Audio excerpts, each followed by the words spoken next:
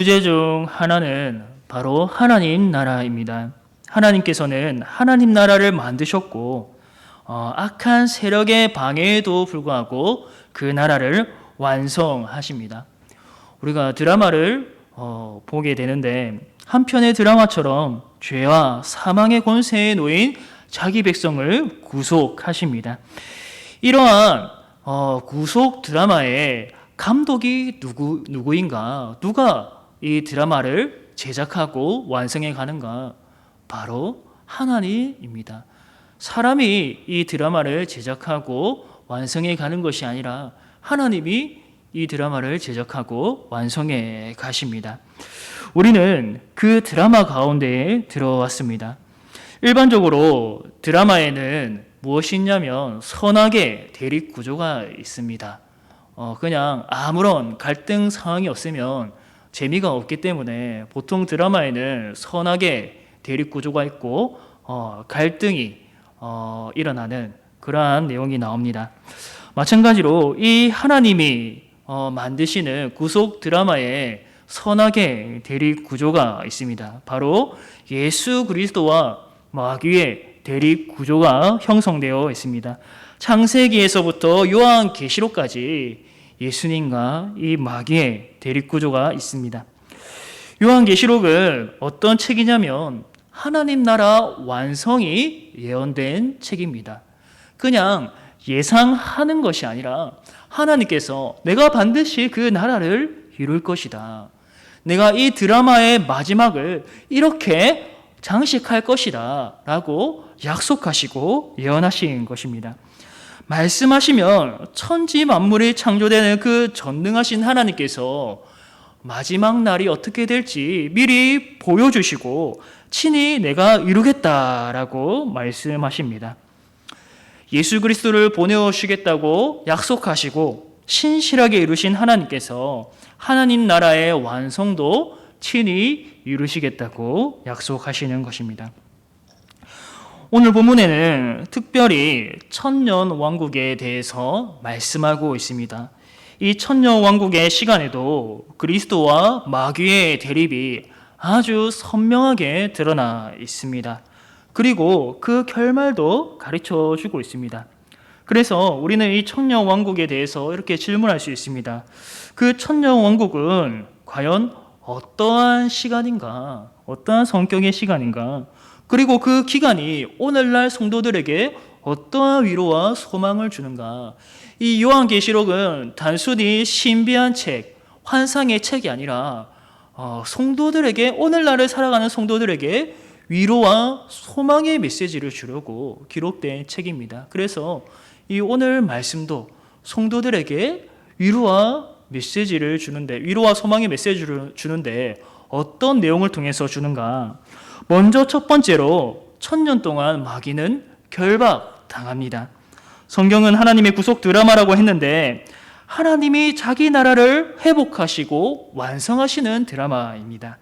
마귀의 방해에도 불구하고 공격에도 불구하고 하나님은 포기하지 않으십니다. 하나님은 그 마귀의 공격에도 불구하고 그 나라를 완성하십니다. 그래서 오늘 본문에 보니까 마귀가 결박을 당한다라고 합니다. 본문 1절에서 2절 말씀 우리 함께 읽어보겠습니다. 1절에서 2절입니다. 시작. 또 내가 보매 천사가 무저갱의 열쇠와 큰 쇠사슬을 그의 손에 가지고 하늘로부터 내려와서 용을 잡으니 곧 옛뱀이요 마귀요 사탄이라 잡아서 천년 동안 결박하여. 요한이 환상 중에 누구를 보았습니까? 한 천사를 보았습니다. 이 한 천사가 무엇을 들고 있었느냐? 무저갱의 열쇠 그리고 큰 쇠사슬을 그의 손에 들고 있었습니다. 여러분, 무저갱의 이 한자어 뜻은 뭐냐면 없을 무, 낮을 저, 그리고 구덩이 갱입니다. 즉 풀어서 말하면 이 밑바닥이 없는 그런 구덩이라는 것이죠. 그러니까 한번 거기에 구덩이에 떨어지면 한없이 나락으로 떨어지는 것입니다. 절망밖에 존재할 수 없는 한없이 밑바닥으로 떨어지는 아주 무시무시한 곳이죠. 말 그대로 정말 나락으로 떨어지는 그러한 무시무시한 곳입니다. 천사는 이 무저갱의 열쇠와 쇠사슬을 가지고 하늘로부터 내려옵니다. 여러분, 그렇다면 이 쇠사슬은 무엇에 쓰이겠습니까? 무저갱의 열쇠는 무저갱을 여는 것이고, 쇠사슬은 강한 것을 결박할 때 쓰이는 것입니다. 이 쇠사슬을 가지고 본문을 보면 무엇을 결박한다고 합니까? 용을 잡는다. 용. 근데 이 용을 다른 말로 하면 옅뱀, 마귀, 사탄이라고 합니다. 마귀를 잡아서 1000년이라는 시간 동안 결박한다라고 말합니다. 우리는 이 말씀이 우리랑 무슨 상관이 있는가, 이 너무 허무맹랑한 소리 아닌가라고 생각할 수도 있습니다. 왜 이런 이야기가 성경에 기록되었을까라고 물을 수 있습니다. 말씀의 의미를 모르면 그렇게 생각할 수 있습니다. 우리가 여기서 다시 한번 기억해야 될 게 있습니다. 요한계시록의 환상을 우리에게 영적인 진리를 깨닫게 하기 위해서 기록되었습니다. 용이 결박당했다는 것은 진짜로 마지막 날에 실제로 용이 나와서 천사가 그 쇠사슬로 결박한다는 것이 아니라 이 영적인 진리를 보여주기 위해서 이 사도 요한에게 이 환상을 보여준 것입니다. 용으로 표현된 마귀가 결박을 당해서 힘을 잃게 될 것이다. 이러한 영적인 진리를 가르쳐 주기 위해서 이렇게 표현을 했습니다. 마귀의 행동에 제약을 받는다는 말입니다. 본문을 보면 마귀를 무저갱에 넣어서 잠근다고 합니다. 3절에 보면 무저갱에 던져 넣어 잠그고 그 위에 임봉하여 1000년이 차도록 다시는 만국을 미혹하지 못하게 하였는데 라고 말합니다.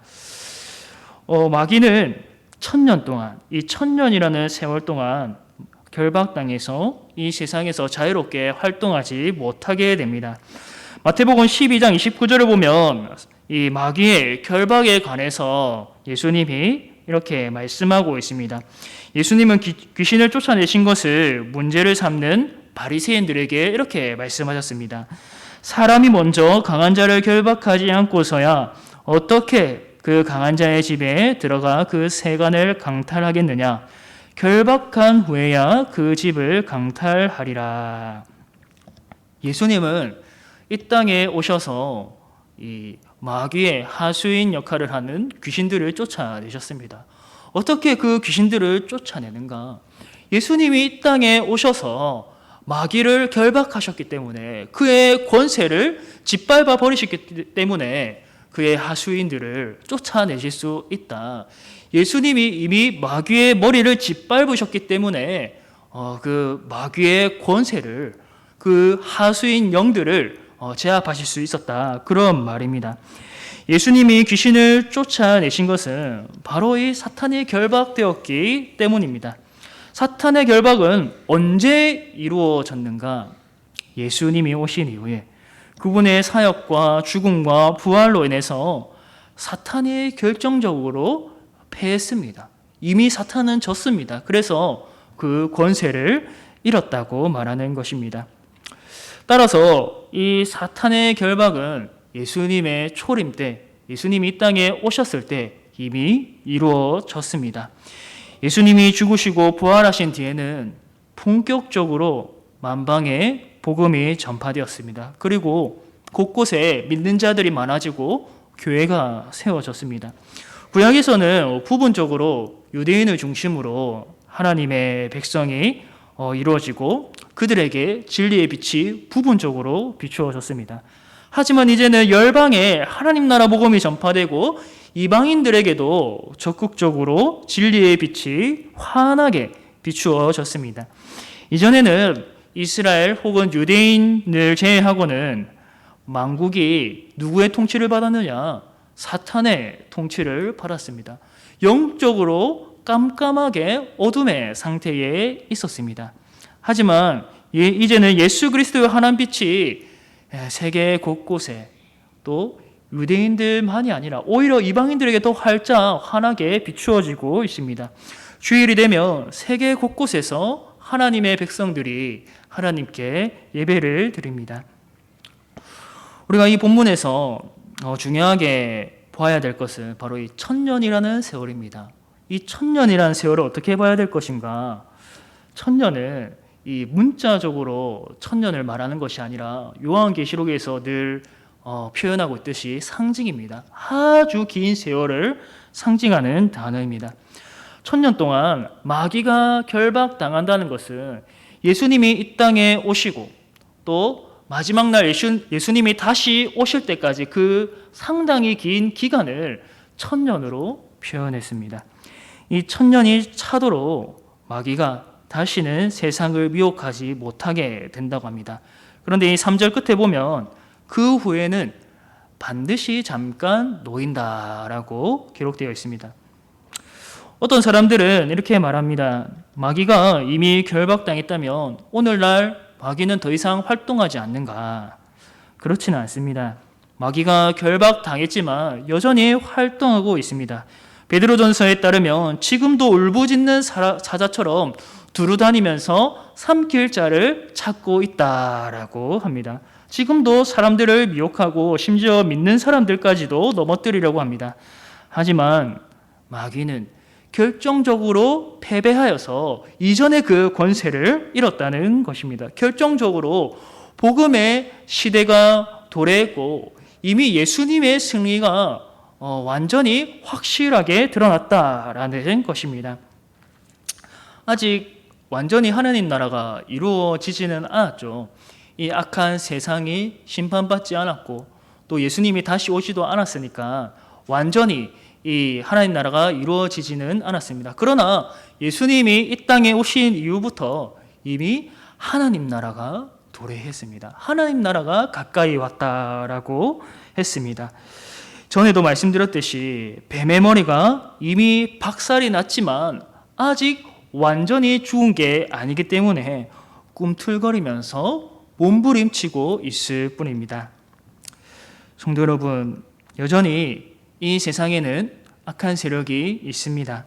성도라도 그러한 악한 세력에 의해서 흔들릴 수 있습니다. 넘어질 수도 있습니다. 그러나 예수님은 이미 뱀의 머리를 박살내셨음을 믿으시기를 바랍니다. 이미 머리가 상했고 최후의 발악을 하고 있습니다. 요한계시록은 계속해서 이러한 진리를 가르쳐주고 있는 것입니다. 환상을 통해서 계속 이러한 영적인 진리를 부각하여서 가르쳐주고 있습니다. 만왕의 왕이신 예수님은 이미 승리했습니다. 마귀의 하수인 역할을 하는 세상과 악한 영들은 주님 오실 때까지 성도들을 핍박하고 공격하겠지만 주님의 몸된 교회를 결코 이길 수 없습니다.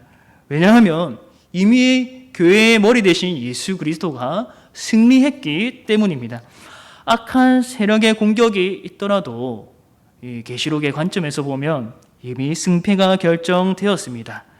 내가 이긴 게 아니죠. 내가 잘해서 이긴 게 아니라 예수님이 교회의 머리 대신 예수님이 승리하셨습니다. 그 승리를 예수님과 연합된 우리가 함께 누리고 있습니다. 지금 현재 우리가 이 승리를 누리고 있다라는 것을 믿으시기를 바랍니다.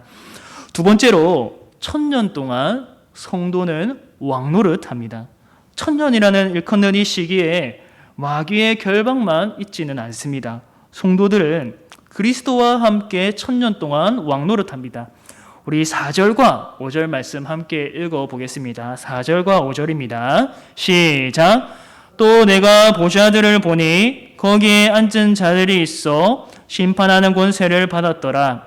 또 내가 보니 예수를 증언함과 하나님의 말씀 때문에 목배임을 당한 자들의 영혼들과 또 짐승과 그의 우상에게 경배하지 아니하고 그들의 이마와 손에 그의 표를 받지 아니한 자들이 살아서 그리스도와 더불어 1000년 동안 왕노릇하니 그 나머지 죽은 자들은 그 1000년이 차기까지 살지 못하더라. 이는 첫째 부활이라. 내가 보좌들을 보니 거기에 앉은 자들이 있어. 이 요한이 본 보좌들에 앉은 자들은 누구인가? 성도들입니다. 그런데 어떤 성도들인가? 낙원에 있는 성도들, 천국에 있는 성도들입니다. 4절을 다시 보면 이렇게 설명하고 있습니다. 예수를 증언함과 하나님의 말씀 때문에 목배임을 당한 자들의 영혼들과 또 짐승과 그의 우상에게 경배하지 아니하고 그들의 이마와 손에 그의 표를 받지 아니한 자들이 살아서 그리스도와 더불어 1000년 동안 왕노릇하니. 보좌에 앉은 자들이 어떤 사람이라고 말하고 있습니까? 복음을 전함으로 인해서 순교를 당한 사람, 순교자를 말하고 있습니다. 세상의 반대와 핍박에도 불구하고 신실하게 예수 그리스도를 전하고 복음을 전파하다가 죽임을 당한 자들, 그리고 그리스도의 교회를 대적하는 세상의 악한 세력과 우상에게 끝까지 절하지 아니한 자, 끝까지 자신의 신앙을 지킨 자들을 말하고 있습니다. 그러한 성도들, 순교자들, 믿음을 지키다가 죽임을 당한 성도들을 말하고 있습니다. 목배임을 당한 자들의 영혼이라고 했기 때문에 죽은 후에 천국에 있는 성도들, 낙원에 있는 성도들이라고 보아야 합니다. 그렇다고 해서 순교한 자들만 천국에 가는가, 그런 말은 아니고 순교자들을 앞세우고 그와 동일한 믿음을 가진 모든 성도가 천국에 이르게 된다. 그와 같은 믿음을 가진 모든 성도들이 낙원에 이르게 됩니다.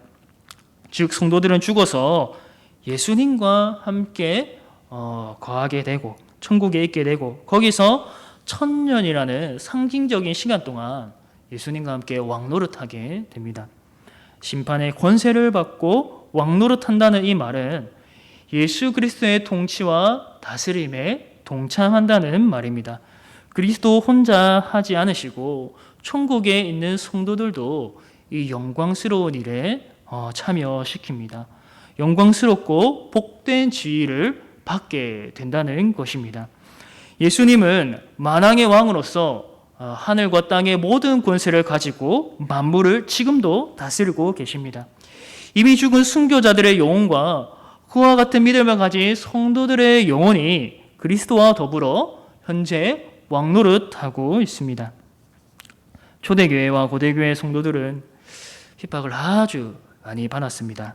한국교회도 100년이 조금 넘는 역사에서 우리 신앙의 선배들 중에 모진 핍박을 받고 순교당한 사람들도 있습니다. 복음을 적극적으로 반대하고 그리스도를 대적하는 세력들이 강하게 공격하던 시기가 있었습니다. 오늘날은 우리에게 총칼의 위협은 없지만 여전히 적 그리스도 세력과 이단들이 우리 주위에 만연함을 볼 수 있습니다. 가만히 있으면 악한 세상 문화와 그러한 풍조에 휩쓸릴 수 있습니다.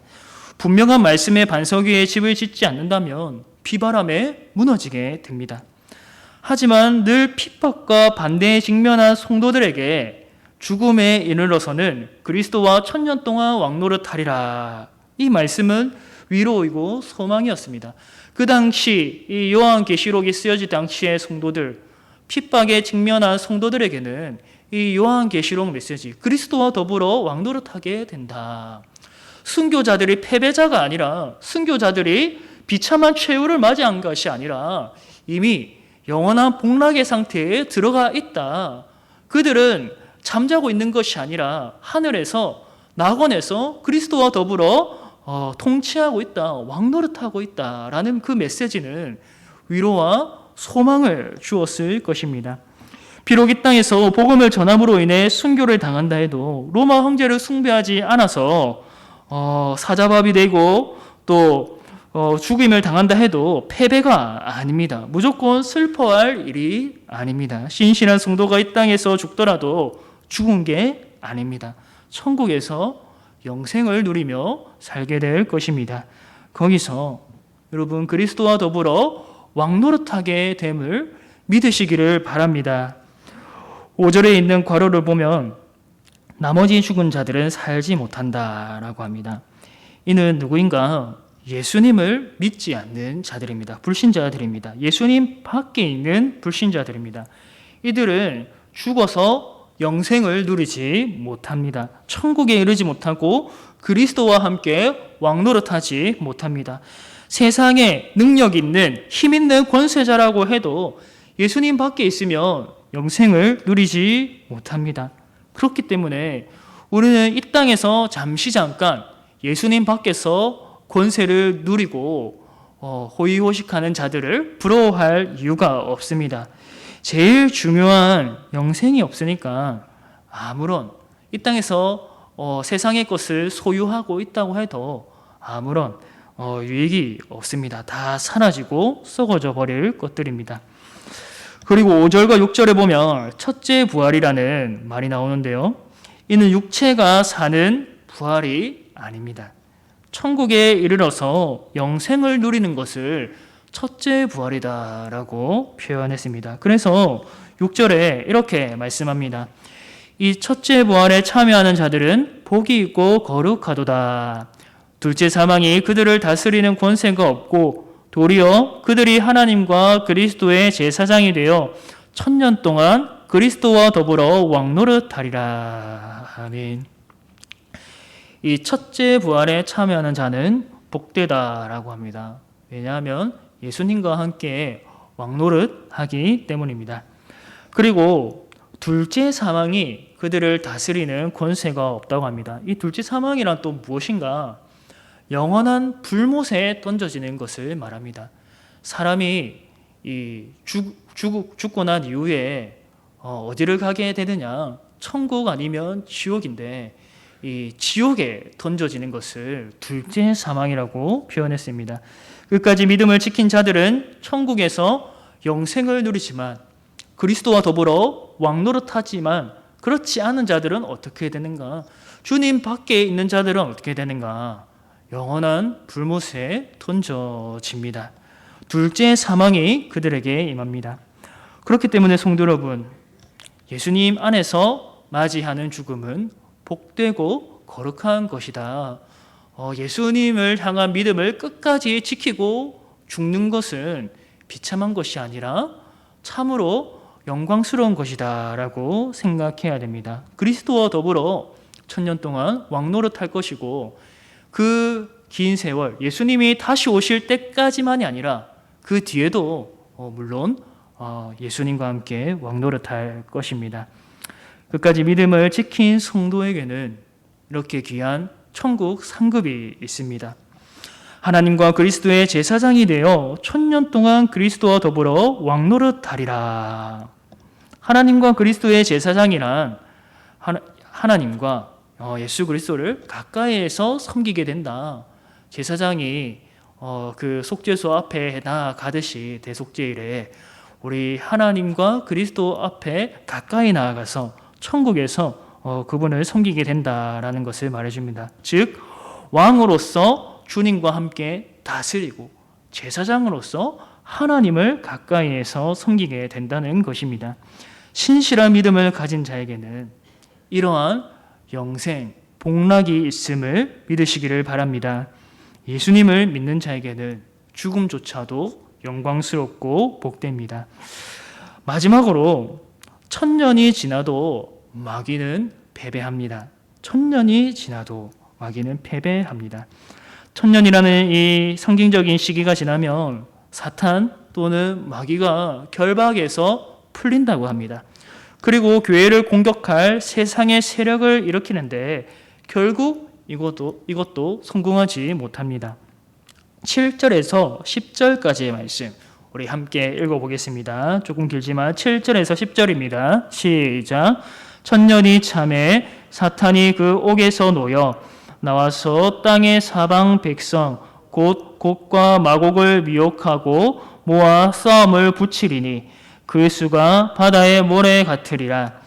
그들이 지면에 널리 퍼져 성도들의 진과 사랑하시는 성을 두르매 하늘에서 불이 내려와 그들을 태워버리고 또 그들을 미혹하는 마귀가 불과 유황못에 던져지니 거기는 그 짐승과 거짓 선지자도 있어 세세토록 밤낮 괴로움을 받으리라. 아멘. 여기에서 특이한 단어가 나오죠. 곡과 마곡이라는 단어가 나옵니다. 곡은 마곡 왕국의 통치자입니다. 예전에 있었던 그런 왕국인데 에스겔 38장에 보면 마곡의 왕 곡이 북방 군대를 인솔하여서 이스라엘을 공격하게 될 것을 말하고 있습니다. 그러나 하나님의 권능으로 멸망하게 될 것을 예언하고 있습니다. 계시록에서는 곡과 마곡이 교회를 공격하게 되는 최후의 세력을 상징합니다. 마지막 때에 마귀가 잠깐 풀려서 이 세상 그런 세력들을 완전히 다 모아서 최후의 발악, 최후의 공격을 교회를 향해서 하게 됩니다. 성도들의 진과 사랑하시는 성을 두른다고 했는데 이는 교회와 성도들을 공격한다는 것입니다. 이스라엘에 있는 예루살렘 성이 아니라 바로 교회와 성도들을 공격한다는 뜻입니다. 주님 오시기 전에 이러한 일이 있지만 결국 어떻게 된다고 합니까? 하늘에서 불이 내려와서 그들을 다 태워버립니다. 이것은 무엇을 말하냐면 세상의 이 최후의 공격, 이 최후의 세력이 어떻게 멸하게 되는가, 이 세상의 최후의 심판이 어떻게 임하는가, 사람이 그들을 무찌러서 가는 것이 아니라 하나님이 마지막을 장식한다. 하나님이 이들을 친히 무찌른다는 것입니다. 하나님이 개입하셔서 순식간에 악한 세력들을 정리하여 주십니다. 하나님이 그 나라를 친히 완성한다고 말씀하셨기 때문에 성도들은 최후 승리를 믿으면서 담대하게 전진할 수 있습니다. 결국 마귀와 그 세력들은 하나님에 의해서 불과 유황못에 던져지게 됩니다. 즉 영원한 멸망에 빠져서 영원한 고통을 당합니다. 밤낮 구분 없이 괴로움을 당하게 됩니다. 성도 여러분, 예수 안에 있는 자는 최후 승리가 확정되었음을 믿으시기를 바랍니다. 우리가 힘이 있어서 교회의 세력이 많아서 교회가 커서 그래서 승리하는 것이 아니라 하나님이 우리 편이고 예수 그리스도가 우리 교회의 머리이시기 때문에 그 능력 있는 하나님으로 인해서 약속하신 하나님으로 인해서 우리는 마귀에게 승리할 수 있습니다. 요한계시록은 거듭해서 영적인 진리를 알려주고 있습니다. 마귀와 그 하수인 역할을 하는 세상의 악한 세력은 최후 멸망하게 됩니다. 1000년이 지나서 마귀가 풀려나게 돼도 결국 영원한 지옥불에 던져지게 될 것입니다. 세상의 악한 세력이 총연합해서 교회를 공격한다고 해도 하나님이 순식간에 그들을 무찌르고 교회를 보호하실 것입니다. 사랑하는 성도 여러분, 반드시 이를 기억하시기를 바랍니다. 성도는 죽음조차도 복됩니다. 요한계시록 그 당시에 성도들이 핍박에 직면하여서 죽임을 당한다고 해도 위로를 받고 소망 중에 그 순교를 맞이할 수 있는 이유는 그리스도와 더불어서 천국에서 왕노릇할 수 있기 때문입니다. 그 이 땅에서의 삶이 끝이 아니라 내세의 천국에서 예수님과 함께 거하는 그런 복이 있기 때문에 이들은 믿음으로 그러한 죽음을 맞이할 수 있었습니다. 우리 하나님이 그 나라를 시작하셨고 완성까지 다 이루십니다. 우리가 죽더라도 하나님이 책임져 주십니다.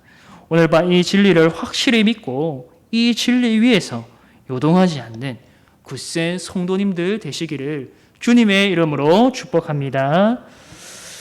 우리 찬송가 92장 하겠습니다. 찬송가 92장입니다.